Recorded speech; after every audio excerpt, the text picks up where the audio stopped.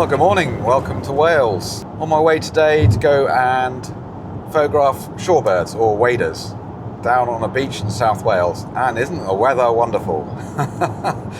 It's my only day off, so I've got no choice really, but the forecast is for it to clear up and we'll see how it goes. But at the moment it's pretty miserable and pretty dark at 10 to 8 in the morning. But making our way down the M4, about another hour left, and next time you'll see me is out on the beach. Well, here we are, we're down on the beach now.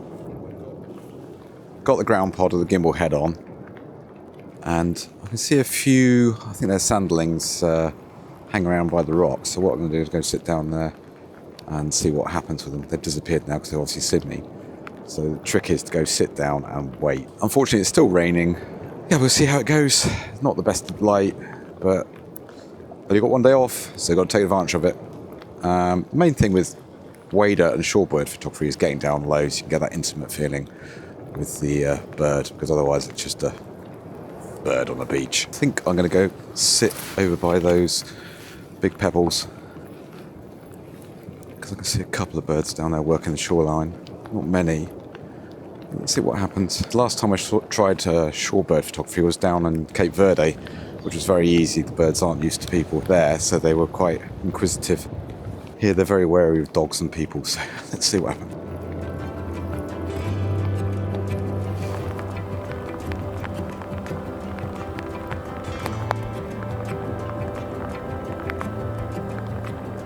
So, got a problem with dog walkers. Whenever I sit down, dog walkers come straight behind me and scare all the birds off. So I'm going to go sit up on the rocks. Hopefully there's a couple of dog walkers that are going to go soon. And I think sitting up there is probably the best place. It's very wet today. The light's not amazing. You've got to make what you can of the situation presented. But let's just see how it goes. The rain is due to end quite soon. Looking at the radar, we'll see. But yeah, just nice to be out on the beach by the sea, albeit wet and sandy. That's one thing you have to be careful of. That's why I use the ground pod. Is this sand is very wet and it will stick to anything. So using the ground pod takes the camera off the ground. Also got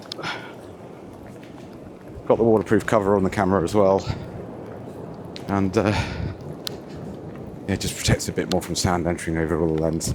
The OM Systems cameras are fully weather sealed, but yeah, when you're down on the seaside environment, definitely worth keeping it better protected as well.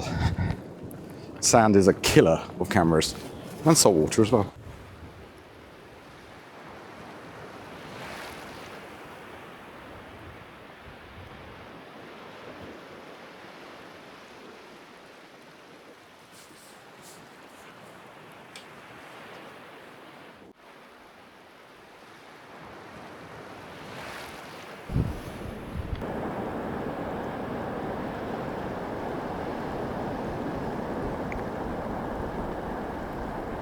Dog walkers continuing to be a problem. I've got some oystercatchers out on the rocks here, but I doubt they'll come in closer. I don't know what height the tide's going to come to. The tide is rising.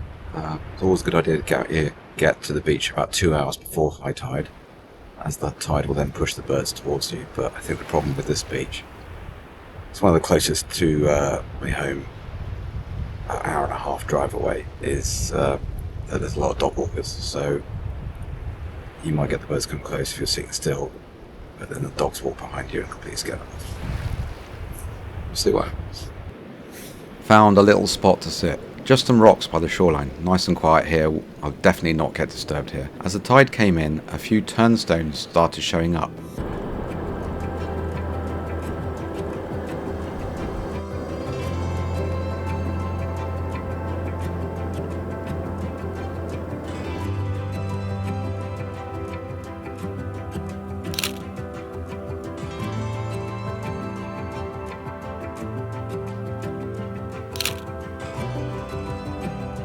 I think this is a redshank. I can just about see his orange legs. The turnstones were milling around him and he was just resting, having a little peek out occasionally.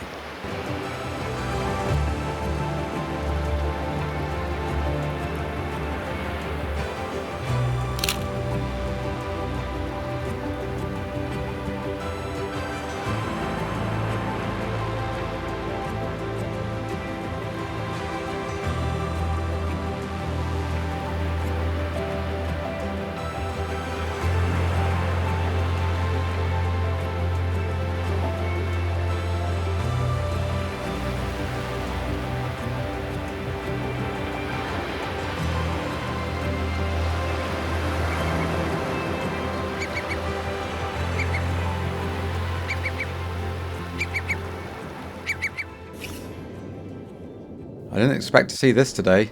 There's a curlew on the beach. I honestly had to do a double take. That long curved bill is unmistakable. They're my favourite wading bird, but it's actually really sad. Curlews are one of the most threatened species in the UK now.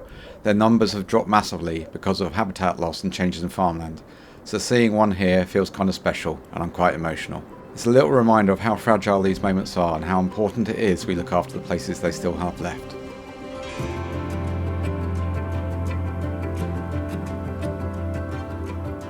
So with the weather being so grey and dull, trying to photograph this curlew, I thought I'd lower the shutter speeds. Why not? Have a play around with the shutter speeds. I started off at 1/125th of a second, just to freeze things a bit. The shot was nice and sharp, but there was something missing. So I thought I'd slow it down even further, down to 1/40th. 1/40th almost blurred the water.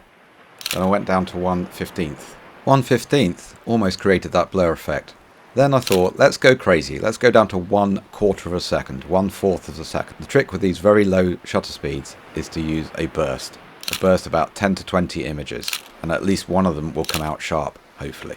And as you can see here, about 5 shots in, I got one that was sharpish, creating a lovely sort of blurred water effect in the background. But to be honest, it was too low. Upping the shutter speed to 1/10 on this Oystercatcher has created the desired effect that I wanted. As it reached high tide, the turnstones started coming a lot closer, so I was able to move back and get much lower down, utilising the groundpod to get really low down.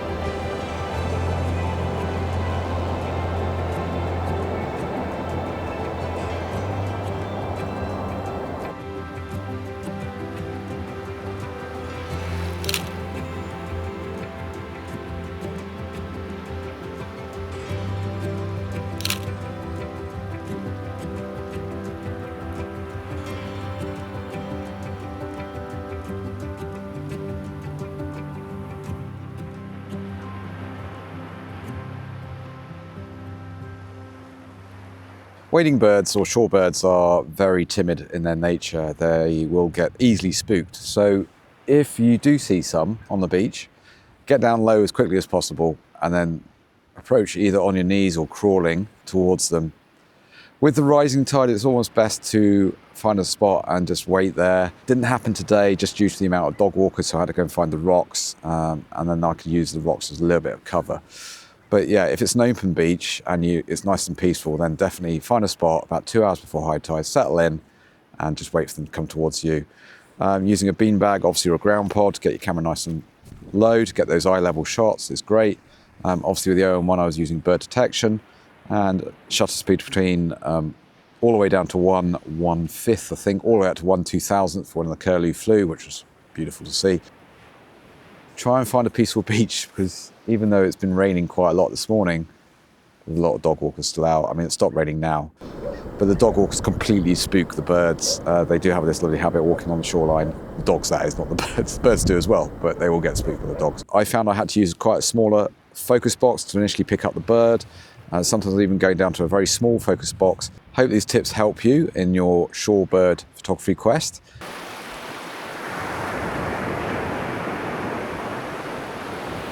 So what gear do I use for shorebird photography? Well, I've got the OM-1 with a 150-400, and then I've got a waterproof cover just to stop the sand getting onto the camera, waterproof trousers, and I think I probably should have gone for welly boots. I've got waterproof shoes, but yeah, they've got a little bit wet because they're quite low ones. This ground pod is brilliant. Now, this is manufactured by a very enterprising individual, Josh Loney. Josh Loney Photography on Instagram. Josh sells these ground pods via his Etsy shop. I'll put a link in the description down below to the shop. It's approximately half price compared to what you'd buy from the other major manufacturers, and it's brilliant. Supported the camera no end. Obviously, whilst I was in the rocks, I couldn't use it because it would be a bit not flat, but down on the beach down there, it was brilliant. Got some nice shots of Turnstones with some foreground bokeh, which is what I wanted, although albeit I wanted that sandy shot. So that was a bit different to what I expected. I was expecting the sandy beach with a nice bokeh, low-level shots like I got in Cape Verde, but I got instead one of my favourite ever wading birds turned up, and that's a curlew. Absolutely love them. The haunting call of the curlew, having been brought up on the estuaries of Essex, that haunting call is one of my favourite childhood memories, and just to see one and get some nice photos of it, absolutely brilliant. They're such a wonderful bird and quite an endangered species as well, unfortunately, but so lovely to see them. So there you go, shorebird photography on a beach in South Wales. Really hope you enjoyed the video. Hope you enjoyed some of the tips I gave you, and if you did, please do give it a like, give it a comment, and give it a subscribe. I'll see you later for another video soon. I've got to go home now and get some lunch. About an hour and a half drive home because there's no sandy beaches where I live.